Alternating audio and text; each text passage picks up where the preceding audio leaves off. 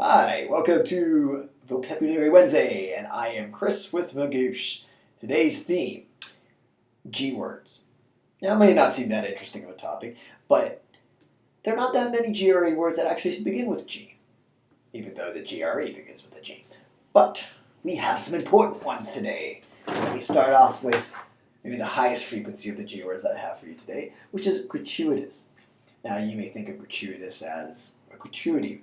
When you're at a restaurant, you leave a tip, and so you may think, oh, this has something to do with maybe gratitude or with leaving a tip.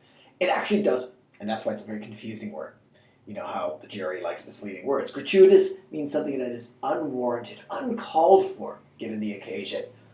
So let's imagine we're at a restaurant, and someone makes a toast, and afterwards I stand up and I applaud. Really good job, good job. Probably not necessary, unless everyone else is standing. So something that doesn't really, the occasion doesn't really call for it, yet you do it, that is gratuitous. Now, you often hear this word in terms of violence. Gratuitous violence is violence that is unnecessary. Many movies today are not content to simply have someone die, but oftentimes they have to show their head explode and blow off and all sorts of gory things happen. So gratuitous violence is something you may have heard before, and now you know exactly what it means. The next word is an intimidating word, glower. To glower is to stare at with hostility. You're very, very angry with someone. And so maybe you've heard of the evil eye or give a really dirty look too. That's the essence of glower. So I will stop glowering now. Next, it's a fun little word. Not high frequency by any measure, but definitely a G vocabulary word. Grouse rhymes with mouse. Grouse is also a bird. Of course, we're not here to learn bird words. We're here to learn GRE words. And a second definition of grouse, again, rhymes with mouse, is to grumble and complain, usually about something petty.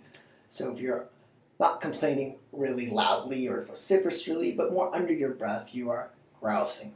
For instance, maybe when you're prepping for GRE and you see all the words you have to learn and all those difficult text completions you have to contend with, you may be prone to grousing. Oh gosh, do I really have to put up with all this at 3 in the morning? The answer is no, because soon you will be done with the GRE and you will do really well if you learn most of these words, at least on the verbal section.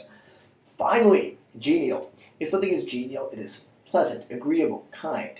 It can talk about the weather, it can talk about a person who is friendly, and they emanate a nice warm feeling, or at least you're around them and go, hey, I feel good, this is a nice person. That person is genial. Again, it can refer to the weather and maybe an environment in general that is favorable, but typically it refers to nice, friendly people. And you may recognize that that's very similar to another word, which is congenial. So those two are related. So those are the G words. There's actually a few more. Check them out at Magoosh, gre.magoosh.com.